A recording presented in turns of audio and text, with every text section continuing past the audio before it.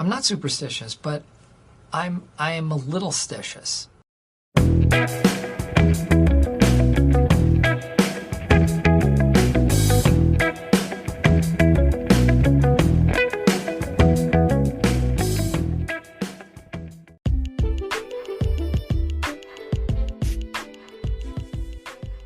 Welcome to Strength for Tomorrow Radio.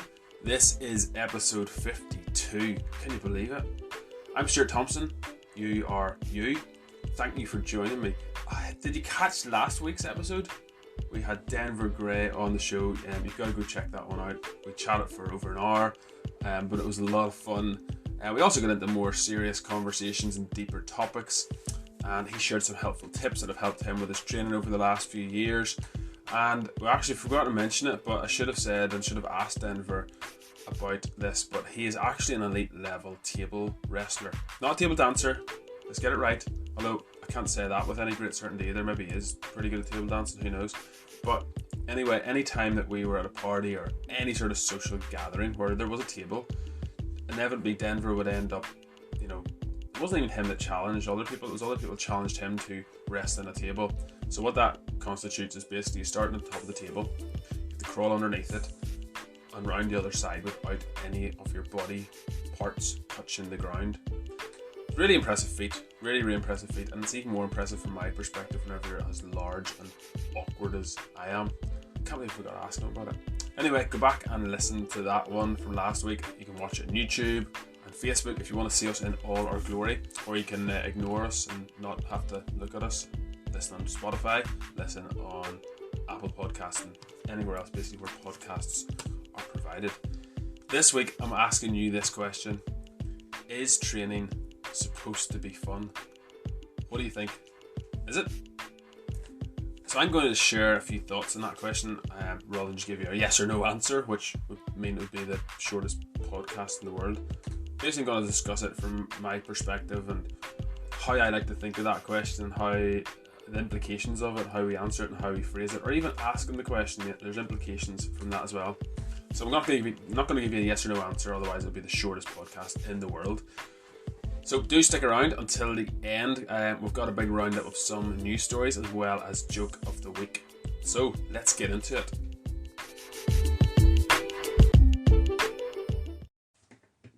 Is training supposed to be fun? What do you think?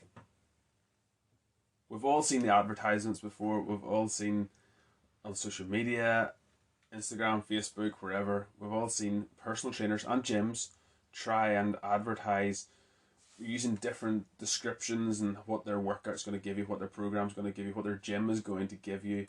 And oftentimes they say, it's fun, it's effective, it's fun. Are they lying? Is it fun? Should it be fun? Or is it just lazy advertising? Does it maybe even create the wrong mindset? Does it create the wrong expectations of what you're going to get? We're going to discuss all of that, but it's an interesting one. I've used it before myself. 5 years ago, whenever I started off, because I find training to be fun more often than not, or at least I did at that stage in my life. Types of workout I was doing, types of training I was doing, there was something fun about it. And we're going to get into the ways in which fitness can be fun, training can be fun, but it's often a selling point, isn't it? Whenever people are trying to get you to do their program or come and train with them, we often try and sell it as fun. It's effective, burns fat, builds muscle, helps your mental health. There's loads of people with different selling points and unique selling points based upon their program, based upon the type of personality that they are, whoever's delivering it. But are they lying? Is it fun? Should it be fun? Sometimes I don't want to have a go at people who are still using that phrase. I try not to use it as much anymore because I don't know. I think it's something that if you tell people, actually we'll get into it, but I want to ask you a few questions first. Is brushing your teeth fun?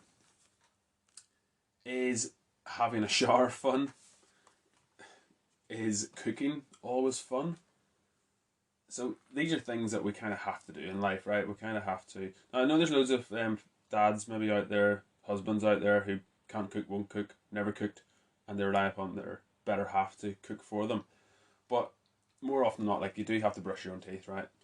Unless you're 2 years old and your parents do it for you. Having a shower has to be done, right? You have to have a shower. and cooking, you have to kind of cook, you have to feed yourself to some extent. Are those things fun, or are they just you have to do them? You don't even think of the question. You don't even put them in the same form as being fun. Now, when it comes to cooking, I enjoy cooking if I have time. I enjoy baking if I have time. If I don't have time, which is most days, then I wouldn't even have a second to think about what I'm doing is fun or not. It's just cook the meat, eat the food. Like, that's literally as basic as it is. That's how complicated my thought process is when it comes to food. When it comes to cooking, is having a shower fun? Not fun. Like, there's, I suppose, like if you're really cold, or you've been outside, you've been for a run, been for a swim, somehow you got really cold and you get into the shower, it can feel nice, right? It can feel enjoyable, but I wouldn't describe it as fun.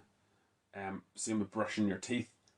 Not fun. It's just something you have to do, right? It's one of those daily chores. It's like, going to the toilet, wiping your bum. You have to wipe your bum, right? No other option. Is it fun? I wouldn't say so. Maybe you would. I don't know. Let me know. But I want you to think of fitness in the same context as those things. Sometimes it's more enjoyable than others. Would that be true to say? Sometimes it's less enjoyable. Most of the time it kind of sucks. If we're being really honest, a lot of the time it's just bleh.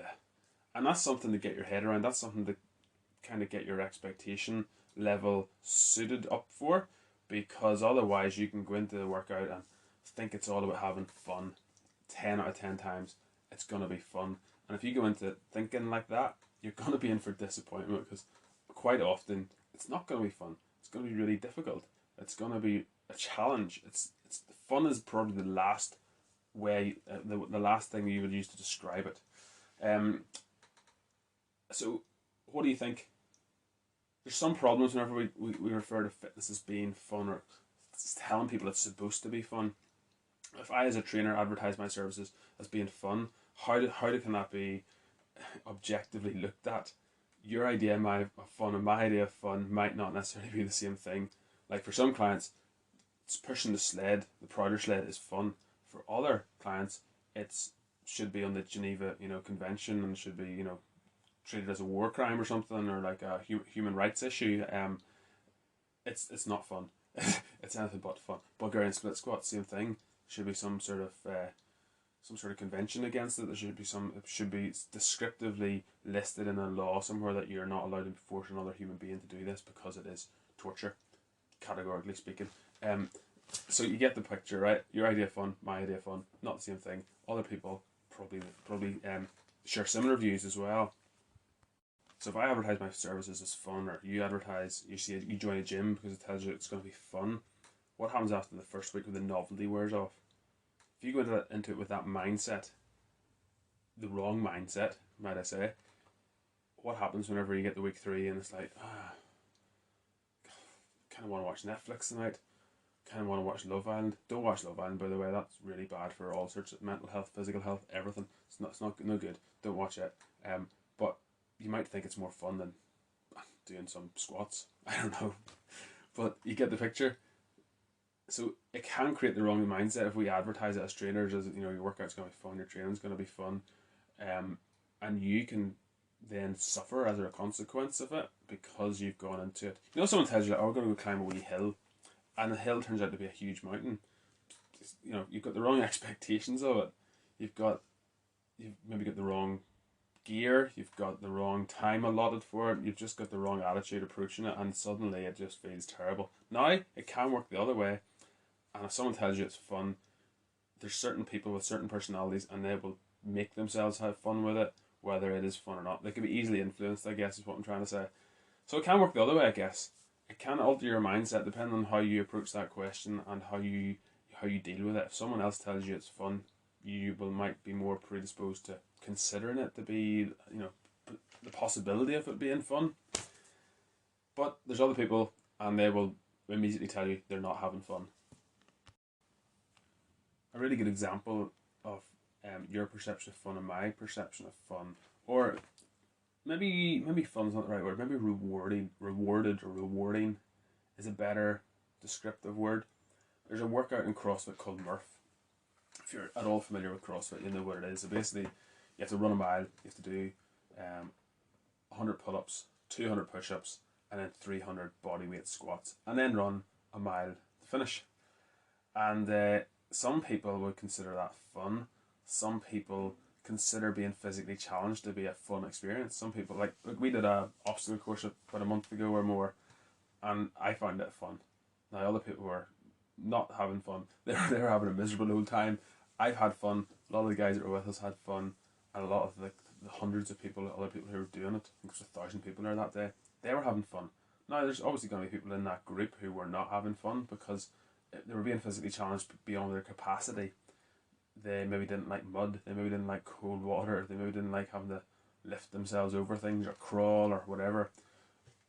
Parts of it were uncomfortable, and if you don't like being challenged, it wasn't going to be fun for you. Some people have more fun sitting on their butt playing computer games for 3 or 4 or 5 hours. Others enjoy competition. Others enjoy the feeling of trying or being able to beat others. And then there's other people who like competing with themselves, just trying to better themselves, and they consider that to be fun or rewarding. Probably more rewarding, I would say. But that's kind of the question, isn't it? Do you do it for the reward or to feel rewarded, or do you do it to feel like you had fun? Like going to fun for, is it always fun? Usually is, right? It's pretty easy, apart from the machines that make you go upside down or go at a great velocity. Don't invite me to those if that's what you're into, by the way. I would not have fun on those things. They're just not for me. Other people, it's like it's exhilarating. They have the time of their life. They love that feeling of not being in control. I hate it. I want to be in control. I want to be in control of a vehicle that's moving really, really fast. I want to have that control, not somebody else pushing a button. Doesn't sit well with me. But you get what I mean? But it's not rewarding. Going to a fun fair is not rewarding. I mean, I guess you could go and talk yourself into doing like one of the crazy rides, and then come away feeling rewarded, like you achieved something. But you kind of get that at the gym as well. If you do some heavy weightlifting, you're gonna go away feeling rewarded. You feel like you've achieved something. You've pushed through. It was difficult. It was a stress. It was a struggle, and you came out the other end, and you made it, and now you're stronger. You're gonna be stronger for the next time that you go in there. The problem I find sometimes with workouts that are advertised as fun is, and not always, but they're not as effective. Now some workouts are more fun than others, right? Some workouts you get to be a bit silly with them, or sometimes a novelty factor. So you'll be doing random stuff. You'll be doing stuff you're just not used to.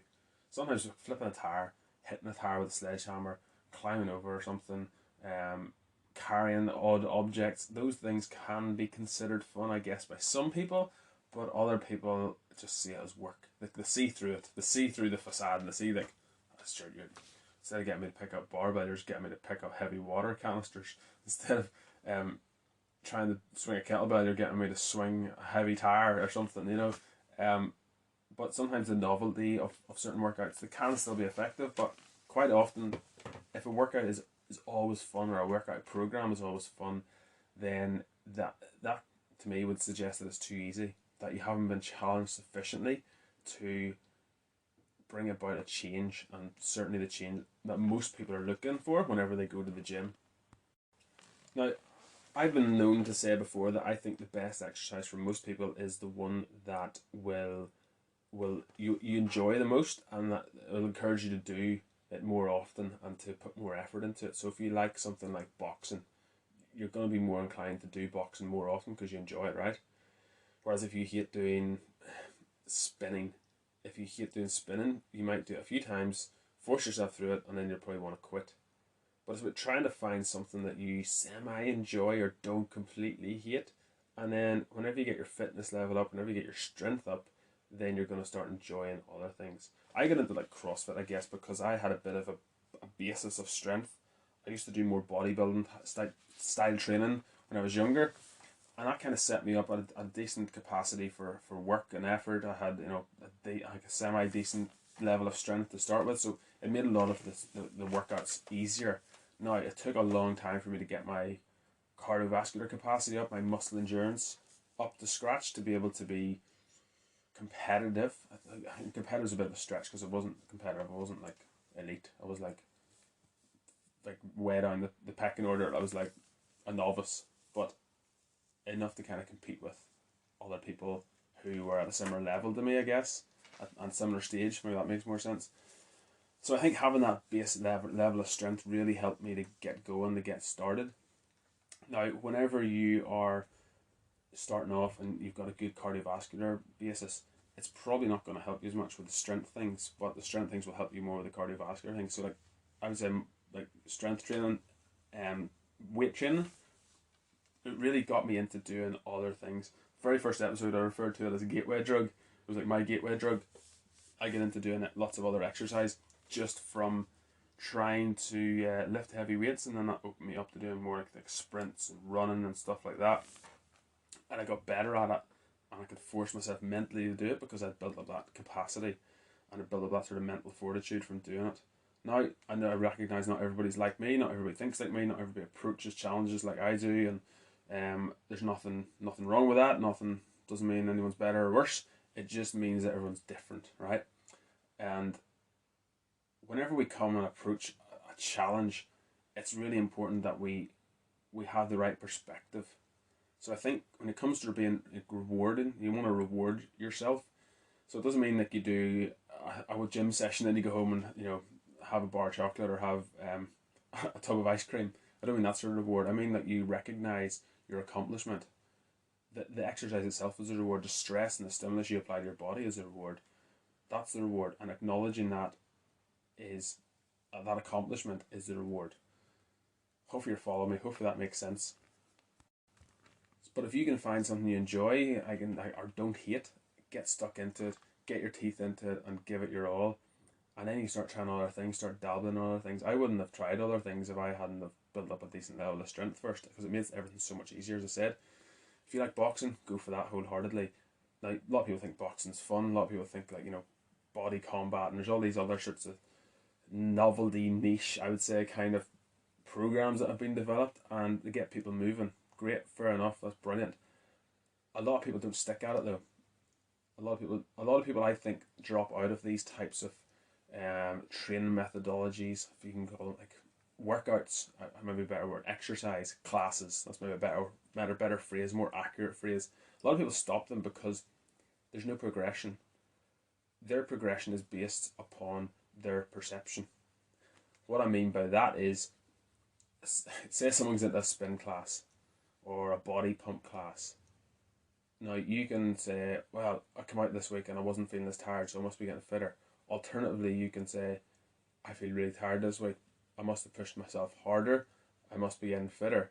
Do you see what I mean? So like your understanding of what progress is based upon your perception. And a lot of times, as we said before, we lie to ourselves. We don't really know. We tell ourselves whatever we need to hear. We tell ourselves lies all the time. But that's why sometimes it's important to have a training program, I would say, compared to exercising. And Mark Rippetoe actually draws this comparison all the time. But the difference between training and exercising is training is a plan. Training has a progression. Training is consistent, and you're doing the same sort of things consistently. Exercising, he would say, is just effing about. It's just messing about. You're not really, you have no linear form of progress. You can't look back 6 weeks ago and see the progress that you've made, because you're just turning up for a class, right? If that's what you love doing, great. If you can stick at that and you've the mental capacity to do that, fair enough. For a lot of people though, I believe they quit exercise altogether because they don't see progress. They don't see the progress they've made on the page as well as in their body. Because whenever you can't see it in your body, sometimes it's nice just to look back and see, actually, you know what? I used to be really weak and now I'm really strong, or I used to not be able to run that far and now I can run even further. Just knowing how far you've come is a massive sign of progress. And it's hugely rewarding. It's really, really rewarding, and that's when it kind of can become fun.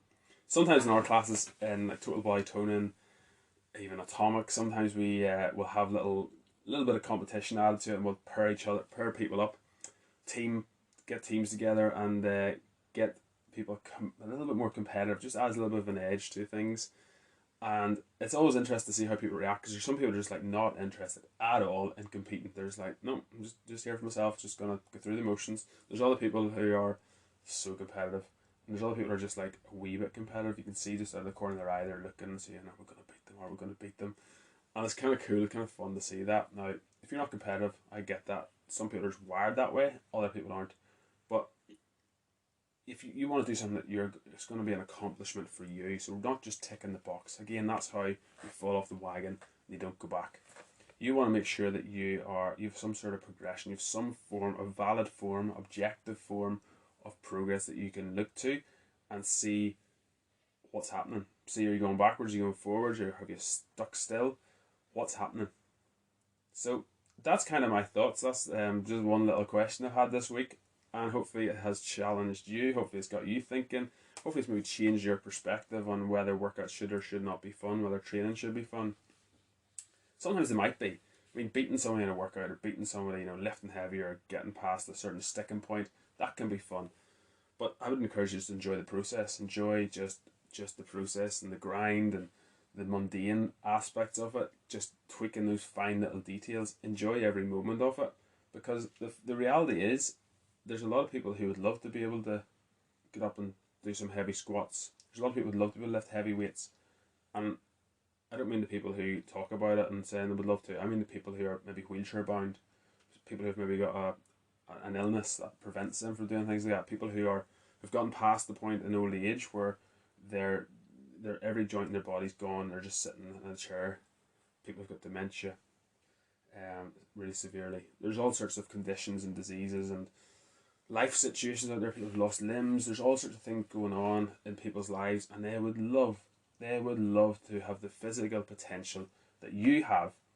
And what are you going to do with that? Are you going to waste that, or are you going to make the most of it? Enjoy your body, enjoy what you can do, enjoy your potential, and try and fulfill it as best you can. So that's my challenge for you this week. Let me know what you think. Let me know if you find workouts fun or not. What's your least favourite workout? What's your least favourite exercise? I'm always interested. I love hearing about it. It's not so I can come up with workouts that my clients will absolutely detest and hate and make their life miserable. That's not why I do it. It's I know some people think that's the case, but a lot of the time, if there's an exercise you don't want to do, it's a sign that you need to do more of them. Am I right?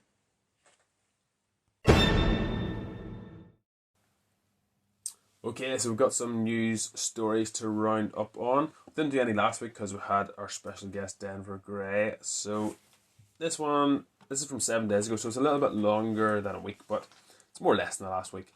And a few disappointing stories, and then there's one that's kind of funny at the end, so just want to lighten the mood a little bit. First one, it's on the BBC news website, and it's 7 days ago by Dominic Hughes. Title of it is Cost of Living, Soaring Bills Damaging People's Health, say medics. And it says rises in the cost of living are already having a negative impact of people's health. That means on people's health. Health professionals warn. BBC News has been told of people skipping meals or cutting back on medication because of money worries.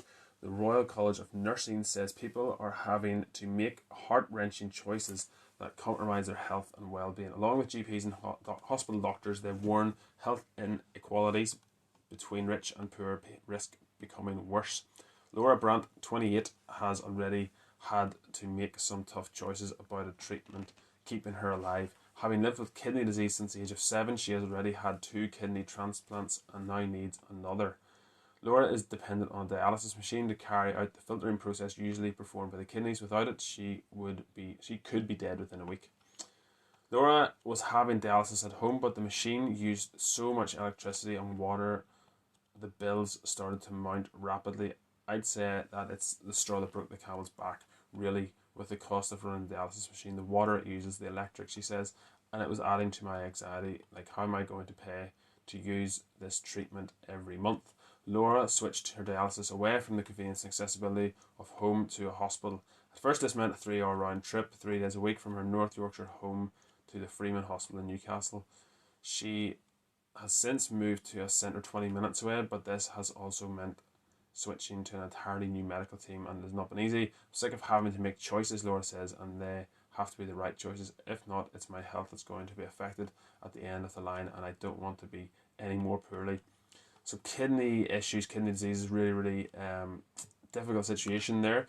My wife, she works in in the renal unit, and I kind of get some idea of what these patients are up against. I hear stories, and it does sound terribly difficult. Someone else is saying here, chronic stress at Grey Road Surgery in North Liverpool, one of the most deprived parts of the city. Dr. Janet Bliss and her team have seen how poverty affects patients' health. So all these things, they're affecting people's health, and it's really hard not to look back over the last 2 years and not see this coming. For the last 2 years, the only issues, the only health issues, the only diseases, the only deaths, the only fatalities that seem to matter, if you listen to the news or indeed the government, are COVID related. And there's a whole lot more going on besides that. There always has been, and there always will be. I remember hearing one stat. Somebody gave the breakdown of how much for every point the country goes into debt, and for every point of how much like recession takes place, inflation, all those things. Whenever those things happen, the implication, somebody worked it out, and then the health impact is incredible. They've done like a cost benefit analysis, if you want to call it that, based upon how the economy's doing versus how people's health is going. And all the decisions that we made in the last 2 years and before that have led to this. They've led to people's mental health getting broken and smashed to pieces. Have led to people not being able to now afford to heat their homes or feed themselves. And health is definitely being impacted. And it's been coming. It's a tidal wave that's been coming. It's really, really sad to see this. It's finally being reported on. It's like suddenly a light bulb. I was like, oh wait, all of this stuff. Yeah, all of this stuff. Now, if you are struggling, if you're listening to this and you're struggling to eat well, to eat healthily, maybe you are trying to eat better, but it's just, you find that convenience foods seem to be a lot cheaper and a lot more beneficial for you at this moment in time with the cost of everything. We do have a guide in our Facebook group. It's a free Facebook group. It's called Real Life Athletes, and it's on Facebook. Just search Real Life Athletes and you'll be able to find that. There's a guide on it, and I put this together at the very, very start of March 2020 because for lots of people, they were losing their jobs. They were not allowed to work, not allowed to feed their families or pay bills with income. They were stopped from working, and it was a kind of uncertain time. So I put together this little guide that it was designed to help you eat well on a budget. So if that's you, if you're experiencing any of these things at the minute, do check out that guide, join the group. We would love to have you in it and use that guide. And yeah, things like eggs are so cheap. Not as cheap as they used to be, but they're still cheap. Buy in bulk. There's loads and loads of tips. There's obviously loads of tips, and I know people are saying like, buy in bulk, but that costs an awful lot more. Yes, it might do, but it's going to do you for an awful lot longer. If you can, and whenever you buy a small bag of something like rice or potatoes or something small, you always lose out. So whatever it means, try and save up a little bit to buy that extra bulk, because it is worth it. It's economies of scale. It always makes sense. But this is having a real impact on people's health, and it's sad to see. It's sad to see that now we're only paying attention to it, but even BBC News is paying attention to it. That makes you realise like how far down the line we are with this. It's a bit of a crap story to start with, but it only gets better. So our next news story is on cnet.com, and this is from the 8th of June 2022. Title of it is Blood Flow Restriction Training Gets You Stronger Without the Heavy Weights. How this therapy technique can help you recover from an injury or work out faster. Blood flow restriction training is a technique that restricts blood flow in your arms and or legs during exercise to help with injury rehabilitation, tendonitis, surgery, post-op, such as knee surgery, maintaining strength during recovery, and even optimizing performance for competitive athletes. When I was rehabbing an injury while training for my last race, my physical therapist used blood flow restriction training as part of my tendonitis recovery process. This was a tool I never used during other rehab sessions. So if you don't know about blood flow restriction, it's been around a while. There's been lots of theorising on it. There's been lots of people saying it's really good. Lots of other people saying, I don't know, but that's too early to judge on it. I've heard of it. I haven't really engaged in it myself. I've dabbled in it, but I wouldn't say I've really stuck at it for any length of time. It goes on here then. The best way to describe it is this. Imagine having a tourniquet or blood pressure like cuff wrapped around each of your legs, making simple exercises, or so they seemed, that much harder. The first time I tried out this technique, my quads were much sore than I expected the next day. The type of soreness I felt is normally something I'd feel a day or two after a heavy volume squat day. After several rounds of blood flow restriction training, I noticed the post-training soreness wasn't so bad and my legs felt stronger and more recovered. So my question here at this point is, he said my legs felt stronger and more recovered. My question at this point is, how do you know your legs were stronger? The definition of strength is applying a force against an external resistance. But if you aren't measuring that, how do you know you're getting stronger? That's my question at this point. I was convinced that blood flow restriction training was onto something, and I was curious to learn more about the method. I was interested in understanding better how blood flow restriction training works, how it benefits people with different goals, as well as the risk factors associated with it. I talked to Nicholas Rolnick, a physical therapist and owner of the Human Performance Mechanic in New York, about the benefits of blood flow restriction training, how it works to help people. Helps just about anyone, regardless of age and background, recover better and perform better in the gym. Read on to learn more about this popular rehab technique. That's really like we hook tag at the end there, just making you continue reading, sucks you in. So I'm not going to rubbish blood flow restriction training altogether. I can see a benefit to it, certainly. So say you are wanting to keep your legs stronger, I can see a benefit of using that if you have maybe a back injury, if you maybe have some sort of other injury that you're having to work around. I can understand that. Is it the same? Is it as beneficial as maybe squatting with a heavy load in your back? I don't think so. And for a number of reasons. One of those reasons is whenever you put a heavy barbell in your back and you try and squat with it, you are not just training your legs as many people think. And if you try this, you'll know what I mean. You are training lots of other systems in your body. You're exposing lots of other processes in your body to a stress, an appropriate stress, hopefully, such as your bones. So women, there's been cases, anecdotal evidence that from different parts of the world, that whenever women who are in menopause or post-menopause and maybe their bone density is going down, their bone mineral quality is decreasing, whenever they start doing strength training, especially squats, they're actually able to somewhat reverse the process. They're able to start doing strength training, and whenever the results of their next bone density test comes back, the doctors are scratching their head and wondering what's going on. And what has gone on is that the stress, the weight of that bar, the load bearing nature of a heavy squat.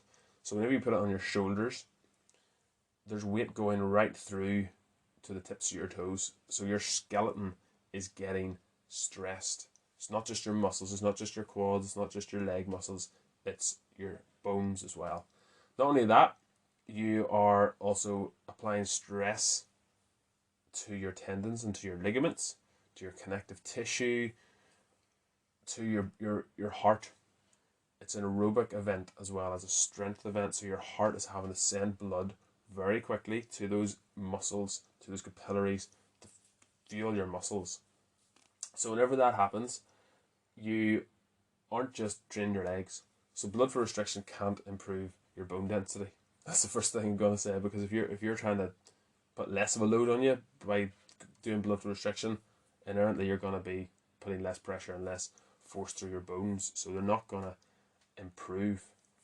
They're not going to densify. So there are benefits. I'm not saying there's not, and they go on to list the benefits here. Besides gaining muscle mass and getting stronger, so they're saying you can gain muscle mass from it. I'm not going to argue with that, but I'm sure you can get a good pump and full of blood, full of glycogen for a while. It says getting stronger. I'm not certain how the strength thing comes into it, because they don't seem to really be measuring it apart from how you feel. Feeling stronger is not the same thing as being stronger. I can think I'm stronger, but until I go and test it, it's irrelevant. There are plenty of benefits you can reap from blood flow restriction training. Other potential benefits include pain relief, improved cardiovascular capacity, and even increasing tendon and bone strength. So that is a good point. Whenever you restrict blood flow, obviously your blood pressure is going to be impacted on it. So someone who has blood pressure issues might want to stay clear of this. This was actually discussed whenever I was doing my personal training qualification. This was something that was discussed. It wasn't part necessarily of the module or the teaching, but it was discussed, and I remember like our instructor specifically telling us this does not seem like a good idea. And I often wondered about it. I didn't rule it out. I was quite open-minded. Still, I'm quite open-minded. I can see certain benefits of it, but certainly if you've got blood pressure issues, this is literally the last thing you want to do. Your blood flow is already restricted, so why do you want to put more pressure on yourself? So it's interesting. It's interesting that they're starting to put some data behind it, some studies behind it.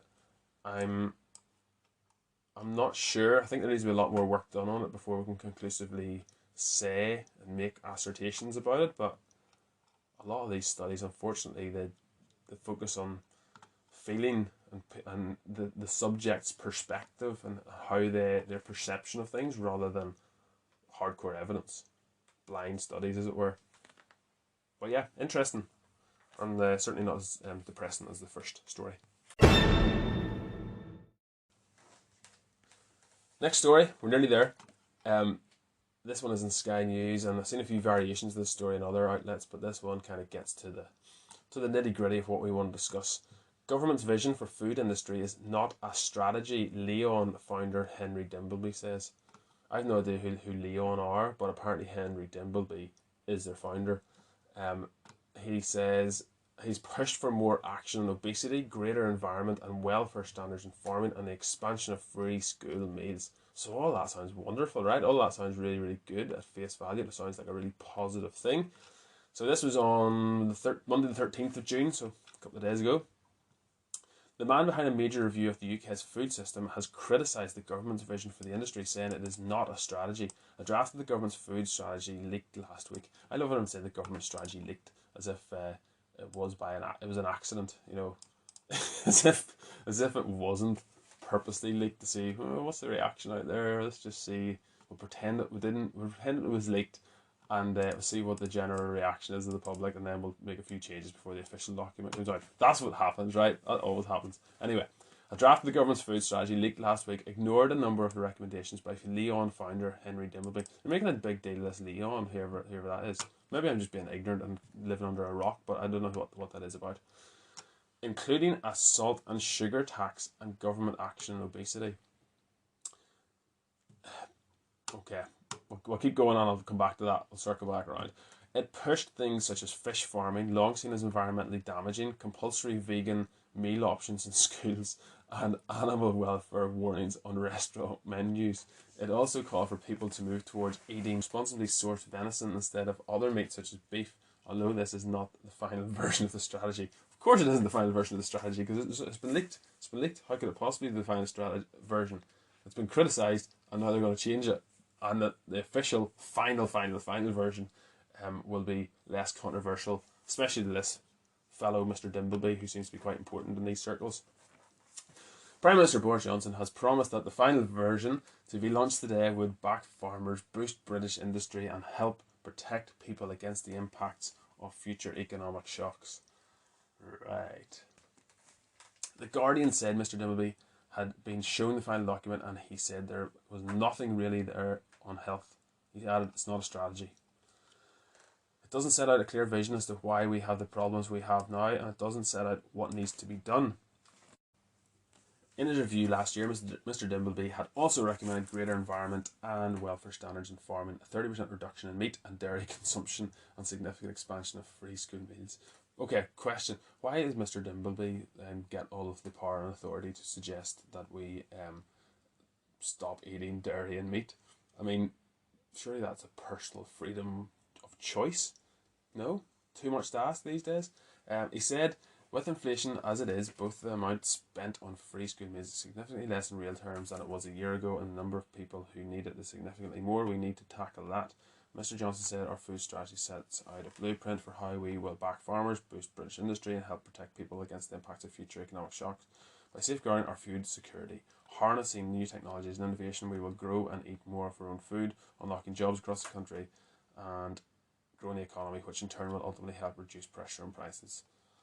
Oh, they love politics, politicians love politics, and don't they like talking in absolute circles and nonsense. Anyway, But Jim McMahon, Labour's Shadow Secretary for Environment, Food and Rural Affairs, said this is nothing more than a statement of vague intention. That's exactly what I was thinking, Jim, to be honest. This is nothing more than a statement of vague intentions, not a concrete proposal to tackle the major issues facing our country. That's a fair statement. The only thing more ironic than politicians politicking and talking vague terms is another opposition politician calling them out for it when they do the same thing. Kath Dalmeny, chief executive of farming group Sustain, said, in the face of multiple crises in the cost of living, rocketing obesity, climate change and nature loss, the government food strategy looks shamefully weak. Shamefully weak. Government has given crystal clear analysis and a set of recommendations by the Dimbleby food strategy and has chosen to take forward only a handful of them. How much is a handful? I've often wondered that. Like, whose hand I'm talking about? Because I've got quite large hands. I know a few people struggle to grip a barbell. Their hands are quite small. Whose hand are we talking about here? Sorry, by the way. Just by the way. The Food Foundation's executive director, Anna Taylor, said it is a feeble interpretation of Henry Dimbleby's recommendations. Why does Henry Dimbleby get to say what we eat? I don't know, it's crazy. Which will not be sufficient to drive the long-term change that we know is so urgently needed. So, going to circle back up here. So, this guy, Henry Dimbleby, I'm not sure I like the sound of him because he's recommending that there be a salt and sugar tax on the government action on obesity. I mean, if it's anything like their action on people not wearing masks or not taking vaccinations, they're going to be locking obese people up in their house before long. Although maybe they're going to do the opposite and force them out to go for a walk or to go for a hike or to do some sit-ups or something or squats. I don't know what the government's action is going to look like in the future and things like this. Although, to say you should lead by example, so I would like to see Boris Johnson lead all of that, if that's okay. Don't know what this Henry Dimbleby boy is like in his level of fitness, but yeah, I think I've said before about the salt and sugar tax. I mean, in one sense it sounds, yeah, that's a good idea, that'd be a great way to curb obesity, that'd be a great way to make people eat better. First of all, making people do anything is a bad road to go down from if you're a force. Now, people might look at me and think, you're a personal trainer, you make people eat healthy. I don't make people eat healthy. I give them recommendations, they pay me, I advise them, I coach them, I try to encourage them, I try to question them and help them work it out themselves so that they lead it. Me telling them, like, I'm not going to go to their house and start beating them with a stick until they eat what I tell them. That's not going to be very practical. It's also probably not legal. Nearly certain it's not legal. And it's not going to change anything. As soon as I turn my back, they're going to be raiding the cookie jar again, right? So that doesn't work. The other point of it is, whenever you tax something like salt or sugar, whenever you introduce a tax on these things, it basically puts the government in bed with the manufacturers, with the producers. They are now an interested stakeholder. It is now in their interests that these products sell more. Okay, so if it's Kellogg's and they're loading their cereals full of sugar and full of salt, now the government is thinking, oh, we get a healthy income from that now through tax, so we need to make sure that we're really promoting that. So now all of a sudden there's a compromise of interests. There is a conflict of interests, and their integrity is compromised. So hopefully understand that. That's why I'm not for government intervention in any of these things, because it has to be personally led. It has to be personal accountability and personal responsibility. You can't make people do these things. Like you've seen in the last 2 years, making people get a vaccination or making people wear a mask. There was a pushback. A lot of people did it. Didn't help. But anyway, that's that. Not saying any more on that. But introducing a salt and sugar tax is going to be a revenue stream. And it's going to make the government a very, very interested stakeholder in seeing these companies succeed, in giving them benefits, in helping them thrive, so that the government's income and their coffers can thrive. So it's interesting. And then it's in here, it push things like fish farming, long seen as environmentally damaging. In whose opinion, fish farming, like I love fish as much as the next person. I think we should do things responsibly and we should fish responsibly. The next one, compulsory vegan meal options in schools. Forgive me if I'm wrong. Compulsory vegan meal options in schools. So we're forcing you to eat vegan meals, but they're optional. I don't understand, and also like the idea that vegan food is healthier is also very, very diluted, for lack of a better word. Animal welfare warnings on restaurant menus. I really don't think people care. If you're out for dinner and you're eating a steak, you've gone past the point now. Like, you don't care really. The cow, got to watch TV, or he got free healthcare. Are you gonna care really? I don't know. Maybe you will. Maybe I'm just not as nice a person as you. But whenever you're about to have a big juicy steak, I'm not thinking about that. Now, obviously, I believe in animals should be treated well, should be looked after, but I don't think those things are going to make a difference either. Now, some restaurants might take up that option. They might do that because, I don't know, makes them feel better morally, or they feel like they're doing their bit. But again, forcing restaurants and business owners to do stuff like that is just insane to me, and it's another unnecessary expense for the restaurant and then for you as a consumer and me. But it also called for people to move towards eating responsibly sourced venison. Who eats venison? Like, really? I love venison when I get the chance, but trying to encourage people to eat that. How many deer have you seen running about recently? Like realistically, not very many. Not very many probably in the UK. I'm all for eating venison. I think it's great meat. A lot of B vitamins in it. A lot of iron. A lot of protein. Obviously, great amino acid profile. But I don't know. I just don't know about that. So, interesting story. At least it is to me. Kind of funny at the same time. But yeah, let me know what you think of it. Let me know what you think of the government's strategy to tackle obesity. To me, education is the way forward. As long as it's not agenda driven, trying to make everybody a vegan, trying to stop people eating fish and good meats. It's not gonna go down a good road. But I'd love to know what you think about it. Am I right? Am I on the ball? Have I got it wrong? Sort me out. Let me know what you think of that one. Okay, it's our last news story of the week, and this is in the Mirror, and it was on the 9th of June. The title of it is "Notorious Seagull Who Worked Out How Tesco Doors Work Steals £300 of Crisps." The seagull likes to change his order and has been caught stealing bags of Monster Munch and mini cheddars, but he is said to favour a big bag of tangy cheese Doritos. I love how they do that. Like, they say that as if they've interviewed him. It's amazing. Great journalism there, Liam Buckler. A serial shoplifter named Steve the Seagull, bet that's not even his name, is Tesco's most wanted after stealing £300 of crisps after working out how automatic doors work. The clever seagull is infamous with locals for lingering around the supermarket in Paynton, Devon, after finally working out how automatic doors operate. I mean, I don't think he's that clever. I mean, I worked it out, like, must have been like the 7th time, whenever I was about 3 years old, how automatic doors. I mean, I think they're giving them too much credit. I think seagulls can do much better and more impressive things than opening automatic doors. No? Am I wrong? In his latest effort, Steve has been caught on camera stealing a bag of mini cheddars and is then seen making a run for it out of the store. See, he's not that clever. He got caught on camera. Like, he put on a mask or a disguise of any sort.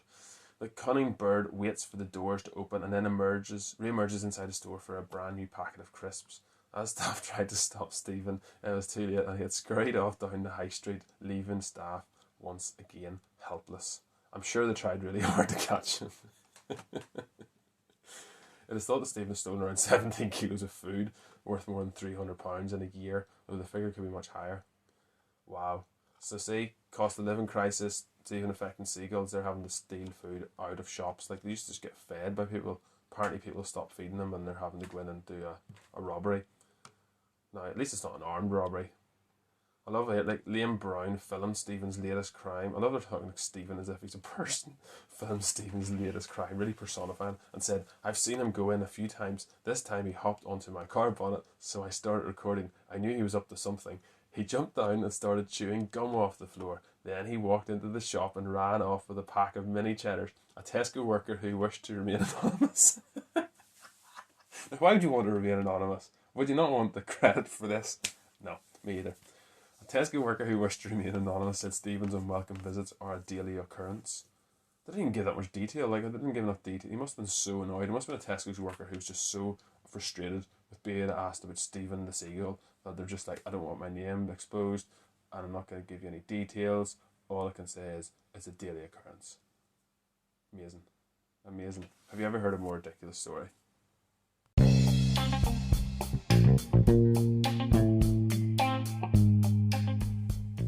Okay, it's joke of the week time. So, I've actually recently joined a dating site for arsonists. I've been getting a lot of matches.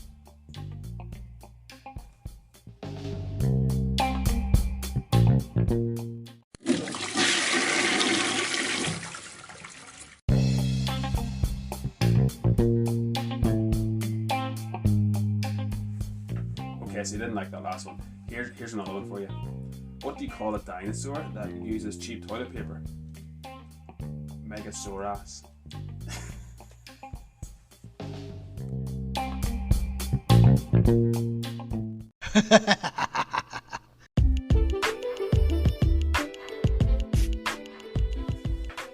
And that's the end of the show. Thank you so much for listening to me. If you have any questions you'd like me to answer, or if you have any complaints about our jokes, or just any thoughts on the show today, do you find exercising to be fun? Do you find training to be fun? I'd love to hear your thoughts. I'd love to hear your perspective on it.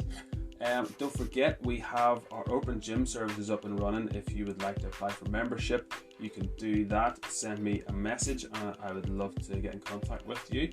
Basically, it means you can come in and train yourself outside of class and personal training hours anytime from 5 a.m. till 11 p.m. 7 days a week. So that's like 84 potential free sessions for you to jump into. Spaces are limited to 4 people per hour, so you're never going to have to wait for equipment. You can always find equipment. There's plenty of bars, plenty of squat racks, plenty of weights, and lots of cardio equipment as well. But really convenient option for you.